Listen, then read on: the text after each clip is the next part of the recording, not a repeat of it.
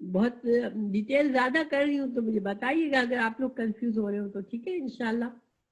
چلے اب یہ آیات ہمیں، اس آیت میں ہمیں کیا کیا باتیں پتہ چلی؟ ہاں بالکل بالکل بالکل.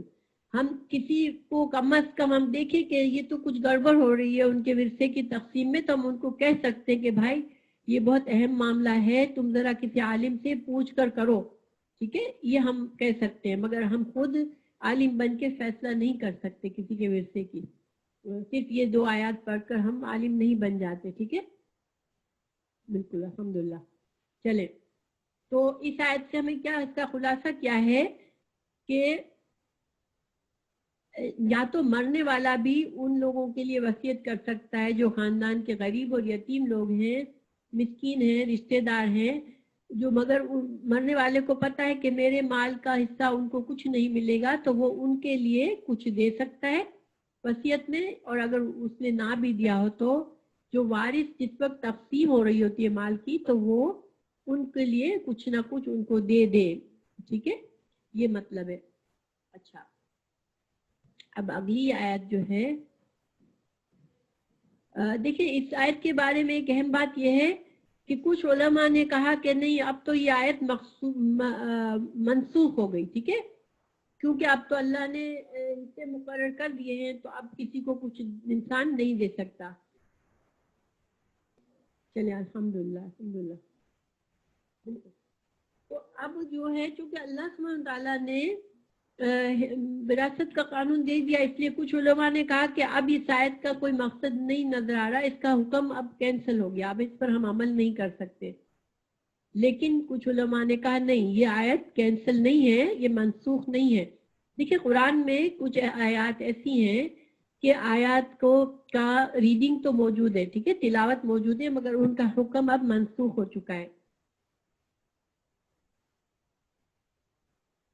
کہ اللہ تعالیٰ نے اس کی جگہ اس سے کچھ زیادہ محکم حکم دے دیا، تو پھر زیادہ واضح حکم آ گیا تو وہ پرانی آیت منسوخ ہو گئی. جیسے مثال کے طور پر جب شراب کا حکم آیا تو پہلا حکم یہ اللہ تعالیٰ نے کہا کہ نماز پڑھتے وقت شراب نہ پیا کرو. اب دیکھیں اب تو شراب کے حرام کا حکم بعد میں آ گیا، تو اب کوئی آدمی کہے کہ نہیں اللہ تعالیٰ نے تو یہ حکم دیا کہ صرف نماز کے وقت شراب نہ پیو، اس کی وجہ سے میں ابھی نماز کے بغیر تو پی سکتا ہوں نا، جب نماز کا وقت نہیں ہے تو میں پی سکتا ہوں. تو کیا کوئی اس طرح سے اس آیت کو لے لے تو کیا یہ وہ صحیح کر رہا ہے؟ پھر اگر کوئی آدمی ایسا فیصلہ کرے تو کیا اس نے صحیح فیصلہ کیا؟ نہیں.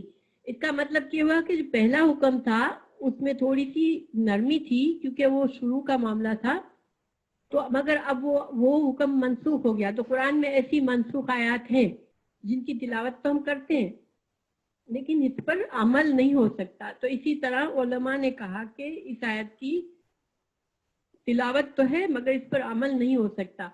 لیکن دوسرے علماء نے جو کہ امام بخاری، ابن عباس اور دوسرے صحابہ کرام، دوسرے تابعین کی ایک جماعت نے یہ کہا کہ نہیں، یہ حکم منسوخ نہیں ہے، بلکہ یہ اس حکم میں بڑی حکمت ہے اور اس پر عمل کیا جا سکتا ہے. جیسے کہ میں نے آپ کو بتایا کہ یتیم پوتے کی بہت مدد ہو سکتی ہے، اس طرح پر عمل کرنے سے ان لوگوں کی مدد ہو سکتی ہے جو کہ غریب رشتہ دار ہیں، جس کو مرنے والا جن کی ٹیک کیئر کرتا تھا.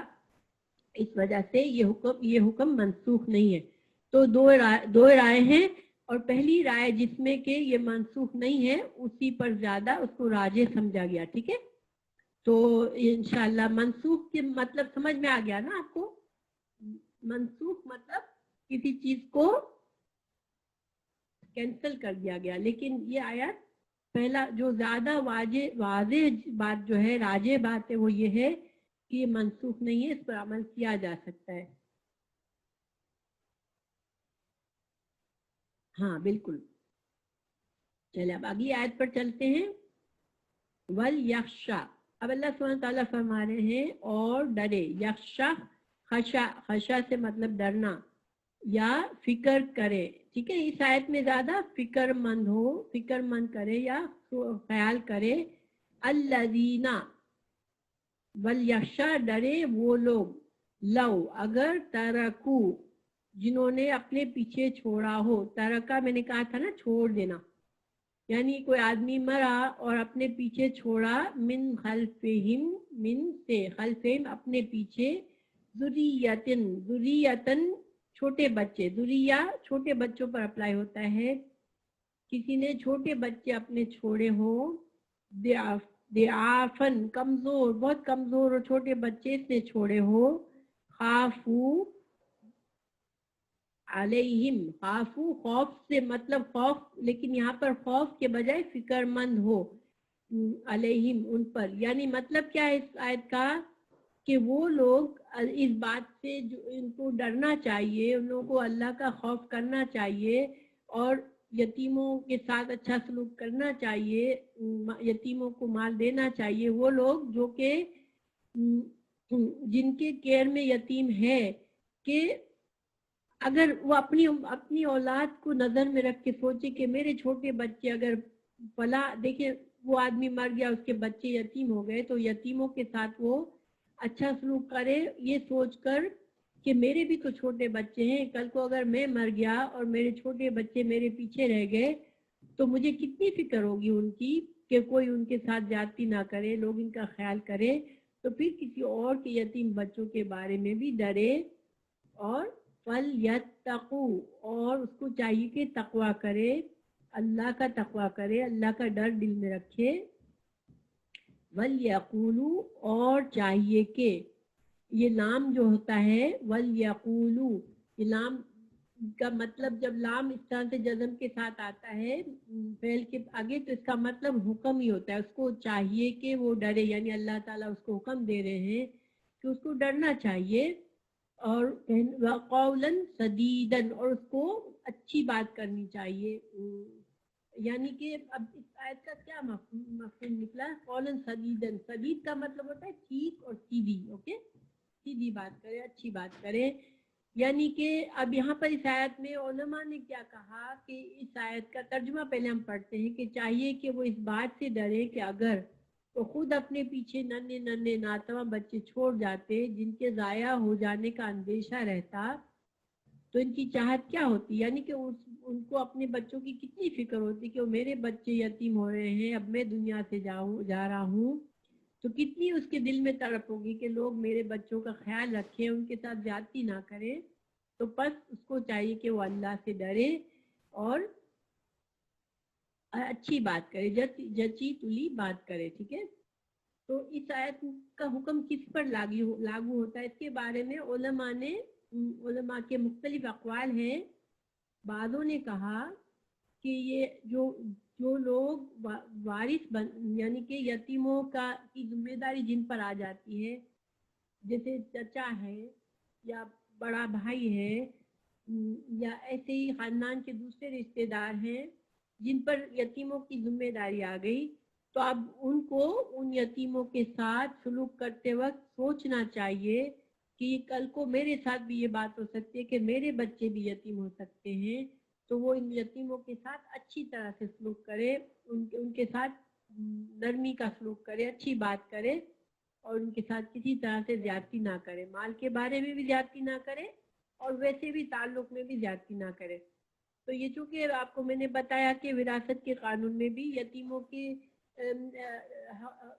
ایک طرح سے حقوق کی حفاظت ہے، تو ساتھ ہی ساتھ اللہ تعالیٰ نے یہ وصیت بھی کر لی، اور اس سے یہ مطلب بھی کچھ علماء نے لیا ہے کہ اس سے وہ لوگ مطلب ہے کہ جو یعنی مرتے وقت وصیت کرنے والا انسان دل میں ڈر رکھ کے یتیموں کا خیال کر کے جائے، کسی اور کے یتیموں کے بارے میں اچھی وصیت کر کے جائے، یا یعنی کہ مختلف معنی اس کے ہو سکتے ہیں، مگر اس کا مفہوم یہی ہے کہ انسان جب کسی کو ایسی کمزور حالت میں دیکھے، یتیموں کو دیکھے، تو ان کے ساتھ اچھا سلوک کرے، لیکن جو پہلی رائے جو میں نے بتائی کہ جن لوگوں کے ہاتھ کنٹرول ہوتا ہے، جن کی ذمہ داری بنتی ہے، یتیم اب ان کی کیئر میں آ گئے ہیں، تو وہ یتیموں کے ساتھ اچھا سلوک کرے، ٹھیک ہے۔ تو اب اگلی آیت کی طرف چلتے ہیں ہم۔